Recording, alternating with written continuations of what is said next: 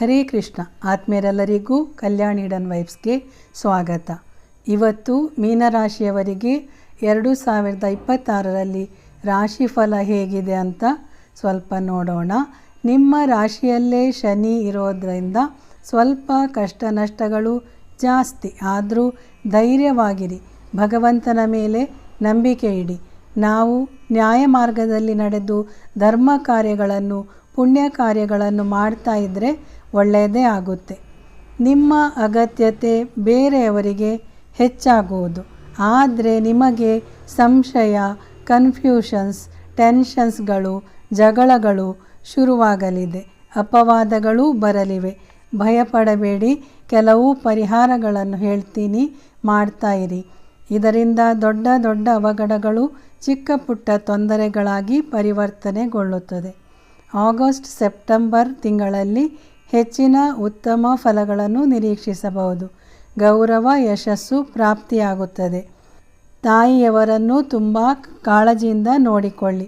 ನಿಮಗೂ ಕೆಲವು ಬೋನ್ ರಿಲೇಟೆಡ್ ರೋಗಗಳು ಹಾಗೂ ಅದಕ್ಕಾಗಿ ಖರ್ಚುಗಳು ಕಂಡುಬರುವುದು. ಆದರೂ ತುಂಬ ಎಚ್ಚರಿಕೆಯಿಂದ ಇರಿ.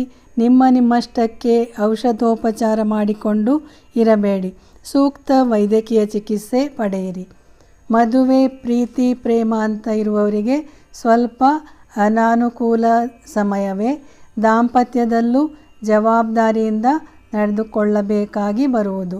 ಕೆಲವು ಪೂರ್ವ ಜನ್ಮದ ಕರ್ಮ, ಕೆಲವು ಈ ಜನ್ಮದ ಕರ್ಮಫಲ ಅನುಭವಿಸುವ ಸಮಯ. ಎಲ್ಲವನ್ನೂ ಸಮಾಧಾನಕರವಾಗಿ ಬ್ಯಾಲೆನ್ಸ್ ಮಾಡಿಕೊಂಡು ಹೋಗಬೇಕಾದ ಸಮಯ. ಏನೇ ಇರಲಿ, ನಿಮ್ಮ ಜೊತೆ ನೀವು ನಂಬಿದ ಶಕ್ತಿ ನಿಮ್ಮನ್ನು ಕಾಪಾಡುವುದು. ನೀವು ಕೃಷ್ಣನ ಭಕ್ತರೋ ಶಿವನ ಭಕ್ತರೋ, ಆ ದೇವರ ಕೃಪೆ ನಿಮ್ಮ ಮೇಲೆ ಇದ್ದೇ ಇರುತ್ತೆ. ಈ ರಾಶಿಫಲ ಮೀನ ಲಗ್ನದವರಿಗೂ ಸ್ವಲ್ಪ ಅನ್ವಯವಾಗುತ್ತೆ. ಮತ್ತು ನಿಮ್ಮ ಜಾತಕದಲ್ಲಿ ಗ್ರಹದಶೆಯು ಭುಕ್ತಿಯು ಚೆನ್ನಾಗಿದ್ದರೆ ಇನ್ನೂ ಉತ್ತಮ ಯೋಗದ ಸಮಯವಾಗಿದ್ದಲ್ಲಿ ಇನ್ನೂ ಒಳ್ಳೆಯ ಫಲಗಳನ್ನು ನಿರೀಕ್ಷಿಸಬಹುದು. ಪರಿಹಾರಾರ್ಥವಾಗಿ ಆಂಜನೇಯನ ಆರಾಧನೆ, ಶಿವನ ಆರಾಧನೆ ಮಾಡಿ, ಕೃಷ್ಣಾಷ್ಟೋತ್ತರ ಪಠಿಸಿ. ಶನಿವಾರ ಬಡವರಿಗೆ ಅನ್ನದಾನ, ವಸ್ತ್ರದಾನ ಮಾಡಿದರೆ ಒಳ್ಳೆಯದಾಗುತ್ತೆ.